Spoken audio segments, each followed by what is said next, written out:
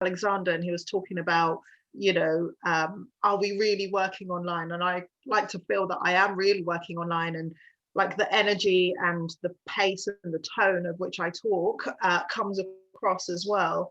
But really, I started Edworkation, and it was actually a quite one-dimensional, and it was all about helping young people transition from that education environment and that student environment, so from university and college, and move into, like a professional workplace where they can thrive, where they feel confident, where they know where their talents are, they know where their skills lie, they know what they want to do, and they're quite strong in that. And then obviously lockdown and the economy has changed, the workplace has changed. So I've kind of diversified and tried to transform and modify some of the things that I do, because actually there is a need in the workplace, in business, individually, as well as, from a professional perspective, filling that gap, because the workplace is now so different. Our workplace is now, our living room and our kitchen and our bedroom and, wherever else that we are now forced to work in. And I think there is that transition that needs to happen, especially if you're going into work for the first time, or you're now finding yourself out of work for the first time and having to rethink how you do things. So from a HR background, I've seen the fallout when you don't hire properly, or you don't induct properly, you don't onboard properly. People come on board and maybe they're not the right staff, but then once they're on board, maybe you haven't given them effective training, maybe you haven't engaged them correctly, maybe you haven't given them all the right training. And actually, what if it's actually there's a confidence issue and there's a culture in your business that they don't understand and they don't feel they fit in, and then they start to retract into, their own personality. So I've seen so many fallouts as a HR professional when you don't hire effectively and you don't engage properly, and you don't, get the right people or train people in the right way. So this was really about to impact business, to impact individuals in a positive way, using the skills that I'd learned, along my journey and using my experiences.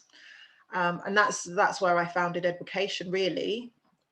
So it's more than just, I say now, it's more than just a CV writing service, because it's not just about your CV. Your CV is just one part of you. You are not just what you are on paper. You are more than that. Definitely. I mean, you touched on that. Oh, sorry. All right. I'll let you go ahead with that. And if we have time at the end, we will take a few questions from what you present. You go ahead with the presentation. Oh, okay. So essentially, why does it pay to invest in your team, your people? And what is it that why is it that you would pay for this service? And I think actually from a first line manager, so I go up to first line managers, because after that, I think there's lots of investment, lots of experience comes with more experienced managers. But when you're just starting out, it's your first management role, or you're just in work for the first time and you're taking on additional responsibility, 47% of managers don't receive any training when they go into a management role. And they may have the technical capability, so they know the job, but they don't have all the other skills and capabilities to help them be successful, because it moves from being sort of process and procedure driven to being people and performance driven. And now more than ever, we are in a space where we're talking about people and performance. It's about engaging people, because we want people to, do their best job. They're not in the office, so we don't have the comfort of an office environment and the buzz of, people around us, the stimulation and the excitement of going into an office, getting your head together. So you've got the commute beforehand. So by the time you get into work, you are ready to work. You're literally falling out of bed and falling onto your sofa, or you're falling onto your kitchen table. And there isn't lots of colleagues around across from you, beside you, to engage you and interact with. So it's about how do you manage all of that? How do you manage that process in an online space, in a new environment, with new people who have not had to work like this before, because we're now pushing the boundaries in terms of what can and can't be done. Because before we were like, no, nobody can work from home, no flexible working from home, no, nobody really works from home. They're staying home because the gas man's coming, and actually they'll move their mouse around, but actually we're forced to do that. We have no choice but to work from home and trust our people to do the job that they're employed to do. And I think there is a big thing about, there's something to be said about giving people the trust, responsibility and accountability to do that work. And I think once you know how to do that and you trust people to do that, then you're on a good path to getting there. Like I said, first line managers are promoted because they're good at their job, not because they're good with people or they're necessarily great communicators. It requires different sets of skills from a personal perspective. There's conflict, because sometimes these people are moving from a team environment to managing the team that they've just come from. So they're managing people that were colleagues previously. So there might be conflict that they have to manage if you've never managed that before. People's performance. So if somebody's not performing, how do you have that conversation? And having clarity and understanding about what's required from them. And I like to think of what I do a little bit like personal training. I come from a fitness background as well, so I spent almost 10 years in the fitness industry. So I kind of always go back to the fitness industry analogy. And when we take on a personal trainer, or you're looking for a personal trainer, yes, of course you've done some of your own training. You will have got involved, you will have gone online and gone into the online space and tried to do things yourself, but actually you need something more. And that's what you employ a personal trainer to help you get to the next level. And that's what I do. I'm employed to help individuals get to the next level. And that could be an individual who's going into a role for the first time. That could be an individual who's just started with a company and needs that support to help them embed and understand and be clear about what they want. And also there's a level of confidence around, this is a new environment. I don't know anybody. How do I go about building relationships? How do I ask questions, and not just questions, but asking the right kind of questions? So it's about having that confidence around it as well. As part of this, I wanted to bring on a client who I was working with. Actually, I'm working with her currently. She works for a tech firm, over 1,000 employees. She's transitioned into a new role, and she wanted to improve her confidence to be able to speak up in meetings, because she's dealing with new stakeholders. She wanted to ask more questions, ask more relevant questions, ask more specific questions. So it's about channeling, all of those talents and understanding the environment that the individual is in, and how they can harness those skills and those talents to best perform in their role and deliver for their business and their department and their colleagues and everything else. And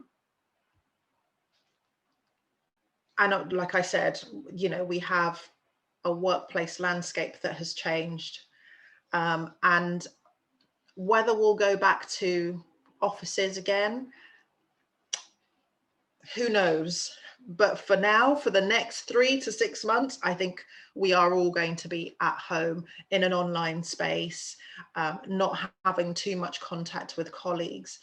So being able to give people that support, that connection, to be able to be successful and to thrive in their role is important. It's important for the individual, but it's important for the business as well.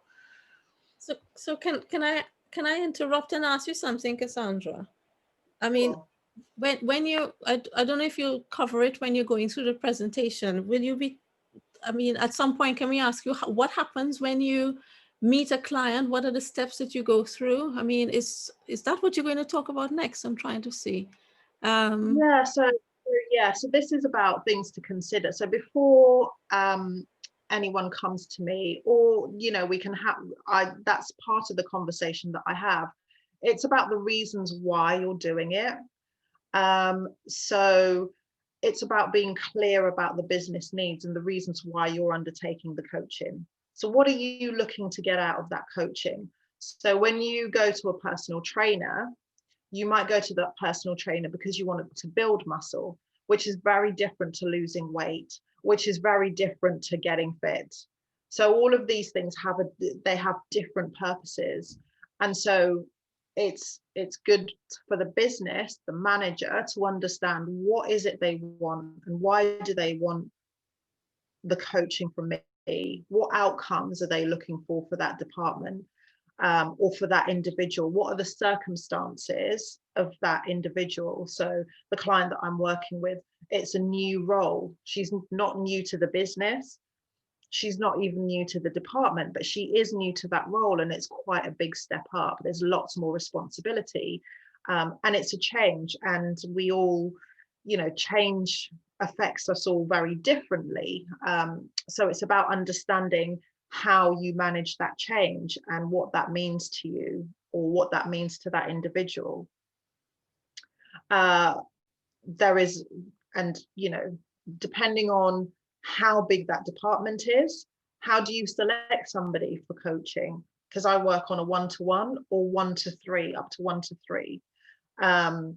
You know, that you've got a fair process. What does that look like going into it? And being clear about the investment you're making, which goes down to why you were doing it in the first place. Why do you want to do it? Will help you understand why, and the investment that you're making, why you're making that investment. So there, I go through that conversation, and it's a bit of a discovery conversation, and I ask lots of questions about the department, the people, and the circumstances, so that I can really understand what's happening in that environment.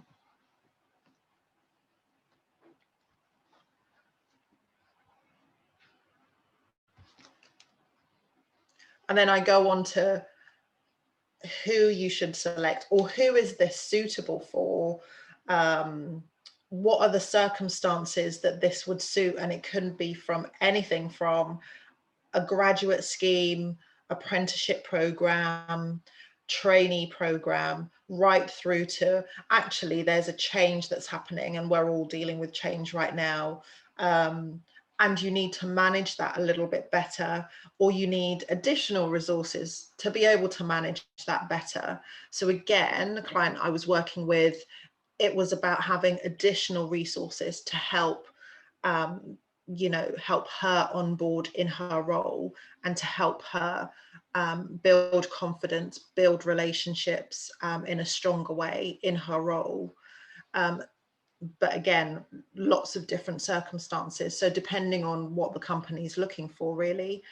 I'm not saying this is a one size fits all, but what I provide is very specific It's individually focused on the outcome, and being able to measure that. So knowing where we're starting from. So when I start with an organization, knowing where they're starting from and where they need to get to, so I know where the gap is. And we can measure, because we talked about that in one of the previous talks as well, about, you know, being able to measure what the difference is, or how successful, you know, the sessions have been, or my services have been, and that's really important. So yeah, who you select in an organization is dependent on what really as a department, as a manager, as an organization you're looking to get. So I've got a few things there.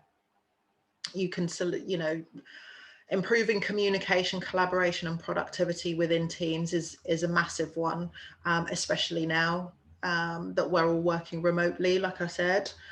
But onboarding graduates and entry-level people where there isn't time, there isn't space, there isn't resources necessarily. And when I say resources, you know, a manager's time is only so much, and sometimes they need additional support in order to help them manage their team the best way possible. You know, Cassandra, I'm just looking at the time. I'm wondering if anybody, before you finish your presentation, if anybody wants to ask anything, because I mean, I've never hired anybody besides just, you know, part-time people helping out. So I don't really appreciate the gravity of having to hire somebody and take on that responsibility. I'm just looking at the people who are paying attention, who are attending the session, and I can see a few of them are people with staff. Would anybody like to talk about what it's like, how what Cassandra is talking about applies to your situation? If you do, just unmute and you know, say a comment, or maybe put a comment in the chat.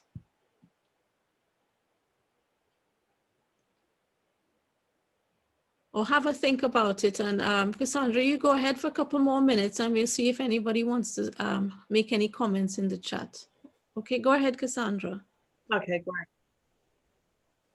So just to round up, so I've talked about quite a few things. So I've talked about effectiveness in teams, and I've talked about onboarding, and I've talked about all these things, but essentially what I do is team coaching. So how do you get the best from an individual? How do you make them more effective? How do you transition them from one role to another? How, if you're promoting them, how do you prepare them even for a promotion? Because actually you can see that there is potential there. So I do all of that side of it. So the development of individuals. I also do recruitment of junior and entry level team members. So while sometimes it seems like, yeah, I'll just take on this administrator, I just need this person to fill this gap. But if you don't get that right and you think, oh, there's lots of people out there, and, you know, it's just a case of, you know, interviewing a few people and picking somebody, what happens if you're not picking for the right skill? Or what happens if, as a manager, you're not really experienced with recruitment, or the hiring department is not experienced in recruitment? How do you know your process is fair? How do you know if the job description is right, is suitable for purpose? Have you reviewed the, you know, the job description or the purpose of the role? Could it be changed? Does it have to be a like for like? So if somebody's left and somebody new is coming in, do you have to do a like for like? Or do you need to review what you've got and maybe make some changes based on the fact that actually you can now get somebody in with maybe different sets of skills, or you know, different qualities, looking at the team structure. And then I also do recruitment process review. So it's looking at how you recruit, where you recruit, the purpose for recruiting, the job description, the role, the team, what's the process, what's the steps, is it a one-stage interview, is there assessments, is it just a face-to-face, or, well, not necessarily face-to-face anymore, but online? How do you do online interviews? How can you read what you're being told? If you're going to do an assessment center, so if you've got similar roles, so if you're in a call center perhaps, and you want to recruit customer service reps, and there's maybe 5 roles, is that done on a one-to-one basis, or could you do that as an assessment center? How does that work? What skills are you looking for? And again, from a diversity perspective, are you making sure that you've kind of included all of those elements as well? So it's just checking that you're not just being a little bit robotic and going from one role straight into another. Oh, an administrator's left, so I'll just recruit another one. Do you need the same one? Does it have to, can the responsibilities be stretched? Can the responsibilities be taken away? Can somebody take on other elements of the role? Can it be absorbed out elsewhere? Actually, do you have to recruit? So these are all the questions that I would ask from a recruitment process perspective. So I don't know if anybody's got any questions around whether it's the team coaching or the recruitment or the review process.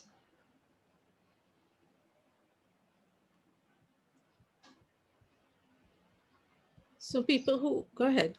Somebody was going to say something.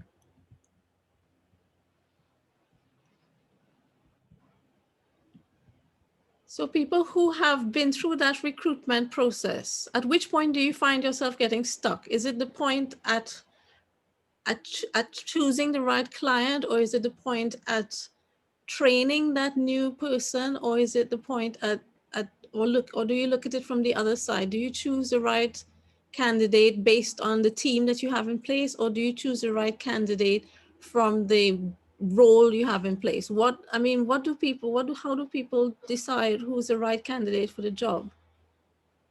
It really depends on the circumstances in the organization. So you can look at it and go, right, so this is a brand new role. So it could be that it's a brand new role. Have you got a job description? Because a lot of the time it's an old job description that's pulled out, and it's been around for years, and the company has changed, the systems have changed, the processes have changed. So has that job description changed? And so when you review the job description, I think that should be your starting point. So the job description tells you what it is that you're looking for, because when you recruit somebody, they're solving a problem for you. So they're filling something that needs to be done in your business. And that's how I kind of see it. When you recruit, it's a problem-solving situation. So this is the problem, which is the job. This is the person, and you match them. But also, what are the complexities of that problem? Who are they working with? What are the dynamics of the team? What skills are you looking for? What technical capabilities? What are the top 3 things? Do they have to have experience? Will they get training? Who's going to manage them? How are you going to measure their performance? So knowing all of those things will help you build a much stronger team, a more effective team, because when you recruit, you're recruiting for the right reasons. So it's So there's lots of things to think about, but I think that's what happens is you don't necessarily think about the starting point. Do I need this job? Does this job need to be done in this way in my organization right now? Can it be up to level, so additional responsibilities, or actually could it be responsibilities taken away and it's more of an entry level? Could it be part-time role even? Yeah, it's like you have to have this this checklist, or you like you're filling out a yes, and you have to decide what's more relevant, what's more important to consider. Well, I mean, yeah, exactly. All of this, I'm trying to internalize what you're saying for the day when I take on staff. At the moment, it's still just me, so I and I don't really I'm trying to apply what you're saying, and I'm sure that a lot of other people will have first-hand stories to share. So if if anybody would like to get in touch with you, you're on Facebook, so they can find you on Facebook, and of course your website. Oh, there you go, perfect timing. Email and so if any of these situations sound familiar, yep, or exist in your team, department, or business, I'll be happy to. Okay, that's good. All right, Cassandra, thank you for that. It's thought-provoking and makes you think about, because when you're hiring somebody, it's not just hiring a robot, you're hiring a person that has got all these other things to consider, and they've got to fit into your organization. So thanks again for your culture. Thanks again for sharing your insight and your experience with us about this topic. We can always come back to it again in the future. For now, we're going to have a bit of a break from the screen to move from big screen to small screen. And if anybody, the next session is going to be with Sapna, who's going to talk about branding. So so we'll take a break and come back at about oh no, what am I saying? I forgot. We have a speed networking before that, and good old Lizzie is going to take us through our paces again. Is everybody up on more speed networking? Yay! All right. I think I'll join in this one so I can get to meet people like, let me see, who haven't I met here? Frida.